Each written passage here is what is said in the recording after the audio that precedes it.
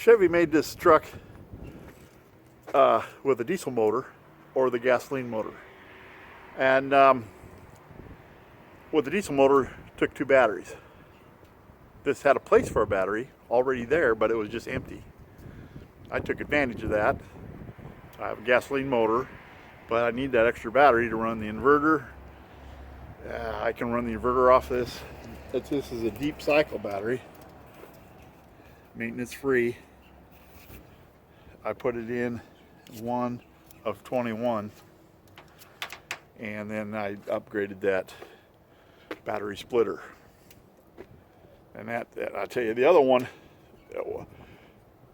was barely heavy enough, and with the heavier alternator, it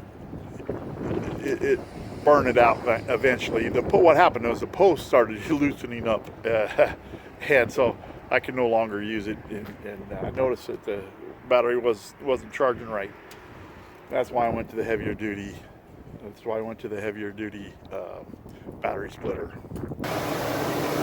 That is the starting battery right there. It's dated 6 of 21. That is what I updated. That is my battery splitter. That terminal right there is the alternator. It goes down here, it comes to the alternator. I got a heavy duty alternator. I want to say 140 amps. The battery splitter that I had before was only like 70 amps, 75 amps. This one, can't remember. I'll have to look. I'll insert it. That terminal right there goes right over here to the fusible link and to the battery. This terminal over here comes over here to my auxiliary battery. Comes around, and it's right there. Now, that is my fusible. That's a 175 amp fuse right there. That little terminal right there comes over here, comes out of the fuse box, and that's the ignition sense, knowing when to turn that on. Now what the deal is this has a diode in it. It allows both batteries to charge, but will only discharge this battery without discharging that battery, or that battery was discharged without discharging this battery. Now this is a resetting circuit breaker. This is for my inverter, and I got, again, a heavy cable going to the inverter and 175 amp fuse protected for the inverter.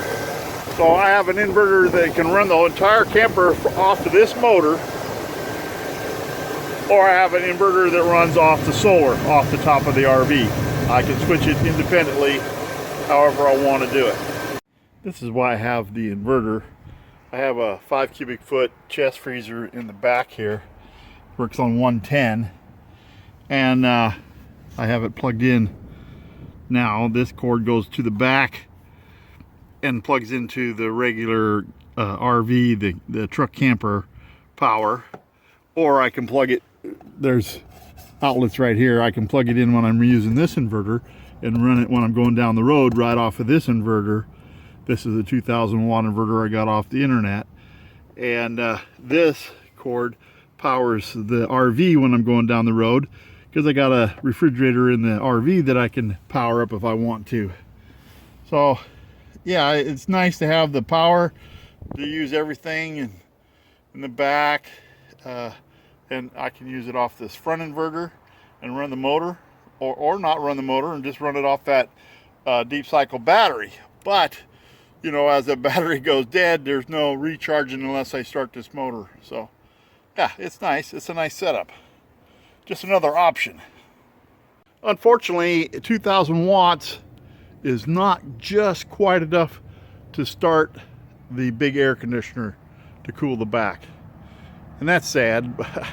I'd have to go with a bigger inverter, and I really don't need it that much, but it would be nice. It'll run off the generator, and so I don't use the generator going down the road. I think I could, but I don't.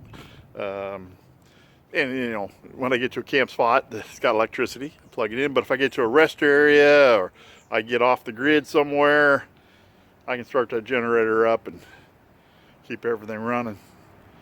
That freezer without any power will keep things frozen for 3 days. After 3 days, I got to do something. So, hey, plug it in somewhere. Hey, thanks for watching. Goudy out.